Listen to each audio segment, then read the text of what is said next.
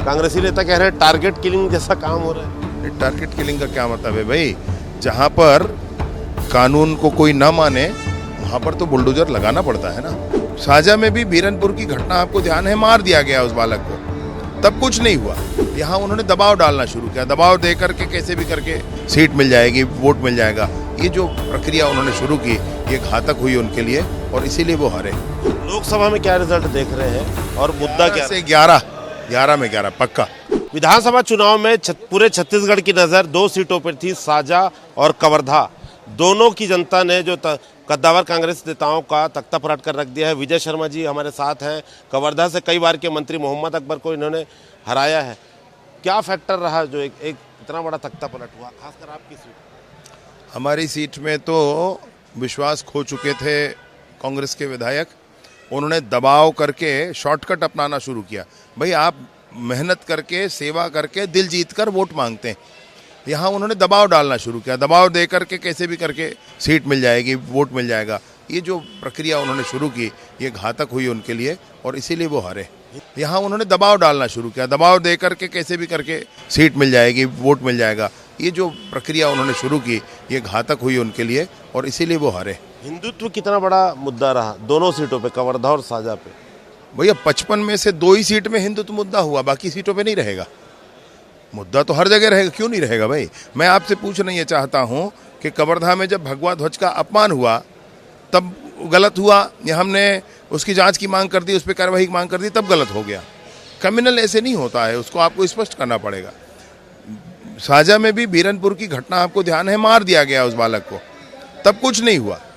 अभी किसी ने कह दिया उस पर कार्रवाई क्यों नहीं? हमारी तो बात यही होती थी साजा में हर बार जा करके कि विधायक एक बार मिलने क्यों नहीं गए उनसे? कौन नाराज होता? वहाँ भी तुष्टिकरण चल रहा था। भाई आप मुझे बताओ ना, विधायक क्यों फोन पे बात क्यों नहीं कर लिए? एक बार मिलने क्यों नहीं? कौन नाराज होता? किसका भय था उनको? क्या ये सामान्य घटना थी? क्या कोई ऐसी सामान्य रोड एक्सीडेंट था? समझना चाहिए था इनको। बुलडोजर चल रहा है अभी लगातार। हमने कुछ अवैध चौपाटियों पर दिखाया था स्कूली बच्चियों को, उसके बाद लहर सी आ गई पूरे प्रदेश में। कांग्रेसी नेता कह रहे हैं टारगेट किलिंग जैसा काम हो रहा है। टारगेट किलिंग का क्या मतलब है भाई? जहां पर कानून को कोई ना माने वहां पर तो बुलडोजर लगाना पड़ता है ना, और लगेगा पूरे प्रदेश में, जहां जहां जरूरत होगी हर जगह लगेगा। ये माना जाए कि जो कवर्धा और साजा का मैंडेट रहा है तो छत्तीसगढ़ की राजनीति एक अलग दिशा में घूमेगी। जनवरी में आप लोग श्री राम जी का मंदिर का जो है शिलान्यास भी करने वाले, राजनीति की दिशा बदलते दिख रही है। अरे भैया मैं आप ही से आप आग्रह कर लूँगा पहले कि जनवरी में श्री रामचंद्र जी के मंदिर का अगर प्रारंभ होने वाला है, उनका अभिषेक होने वाला है, वहाँ पर प्रतिष्ठा होने वाली है, तो इसमें चुनाव का क्या लेन देन है? कवर्धा और साजा सीट का जो मैंडेट रहा तो दिशा बदलती दिख रही है। अब चुनाव में जो मुद्दे चलते थे, देखिए मैं आपको एक बात कहूँ कि एक बार बाबरी मस्जिद का ध्वंस हुआ था, जो ढांचा था, उस समय भाजपा की अनेक सरकारों को बर्खास्त कर दिया गया था। 6 महीने में चुनाव हुआ, कहीं भाजपा आई क्या?